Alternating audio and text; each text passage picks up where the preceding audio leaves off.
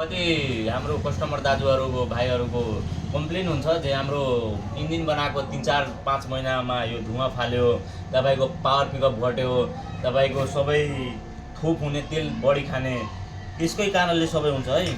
हेर्न सक्नुहुन्छ यो हाम्रो पिस्टन भन्छ, यो हाम्रो ब्लक भयो।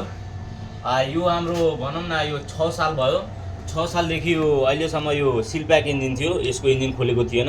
यसको मैले फुल इन्जिन है, फुल इन्जिन यहाँ रिपुल्ड गरिदिन लगाएको छु। यहाँ चाहिँ हेर्न सक्नुहुन्छ फुल इन्जिन मैले रिपुल्ड गरिदिन लगाएको छु। अनि यसमा सामान मैले के चेन्ज गरिरहेको छु, के मैले बनाइरहेको छु, त्यो सबै यो भिडियोमा म सबै तपाईँले जानकारी गराउँदैछु। ल हेर्न सक्नुहुन्छ यो हाम्रो केमचेन पनि भयो। यो केमचेन नि मैले साउन्डको लागि मैले यो हाल्दैछु। त्यसको लागि यो चाहिँ कनेक्टिङ रड र यो हाम्रो मेन बेरिङ, त्यसपछि हाम्रो मेल फिमेलहरू, त्यसपछि हाम्रो ओरिजिनल भेल। यो चाहिँ यसको अहिले सिलप्याक थियो, त्यही भएर यो चाहिँ सोरुमकै यो भेल हो। तर अब हामीले हेर्न सक्नुहुन्छ हामीले यहाँ चाहिँ पुरै यहाँ ल्याइसकेका छौँ सामानहरू। यो हाम्रो मेल फिमेलहरू हेर्न सक्नुहुन्छ हाम्रो यहाँ सबै दिएकै छ। यहाँ पार्ट नम्बरहरू सबै यहाँ कति रुपियाँ परेको छ त्यो नि सबै हाम्रो छँदैछ 552 रुपियाँ। यो यता पनि हाम्रो हेर्न सक्नुहुन्छ यो चाहिँ 960 रुपियाँ यो नि हाम्रो। त्यसपछि हाम्रो यो मोबिल फिल्टर है, मोबिल फिल्टर नि हाम्रो यहाँ छ। यहाँ यो मोबिल फिल्टरलाई 260 रुपियाँ।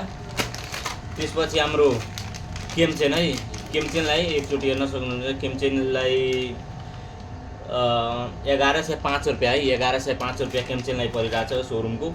त्यसपछि हाम्रो भेलसिल है, यो भेलसिल पनि हामीले चेन्ज गरिदिन लगाएको छौँ सोरुमकै। त्यसपछि हाम्रो यो हेड ग्यास्किट र ब्लक ग्यास्किट यो नि हामीले चेन्ज गरिदिरहेको छौँ सोरुमको। त्यसपछि हाम्रो यो केमचेन एडजस्टर यो नि हाम्रो चेन्ज हुन्छ।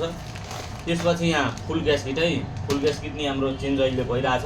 त्यसपछि यो सानो ओइल सिल है, यो सानो ओइल सिल जुन हाम्रो करेन्टमा जाने हुन्छ यो मोबिलको यो हेर्न सक्नुहुन्छ हामीले अर्को यहाँ इन्स्टल गरिसकेका छौँ न्यूको चाहिँ। यो हाम्रो पुरानो भयो। यो तपाईँले फुल इन्जिन बनाउँदाखेरि यो चाहिँ ध्यान दिनु होला, यो चाहिँ जसरी पनि फेर्नु होला है। त्यसपछि हाम्रो यो ब्लक डिका है, हामीले ब्लक डिका यसमा इन्स्टल गरिदिन लगाएको छौँ। ब्लक डिका यो भयो। हाम्रो पिस्टनहरू यो भयो, यो हाम्रो पिस्टनहरू भयो हेर्न सक्नुहुन्छ यो हाम्रो पिस्टन भयो। यसैले तपाईँको धुवाँ सुवा फाल्ने हो हेर्न सक्नुहुन्छ यो पिस्टन भयो। तपाईँको यो सबै रिङहरू भयो, यसले तपाईँको धुवाँ सुवा फाल्छ। यहाँ हामीले पुरै यहाँ सरसफाइ क्लिन गरेर राखेका छौँ।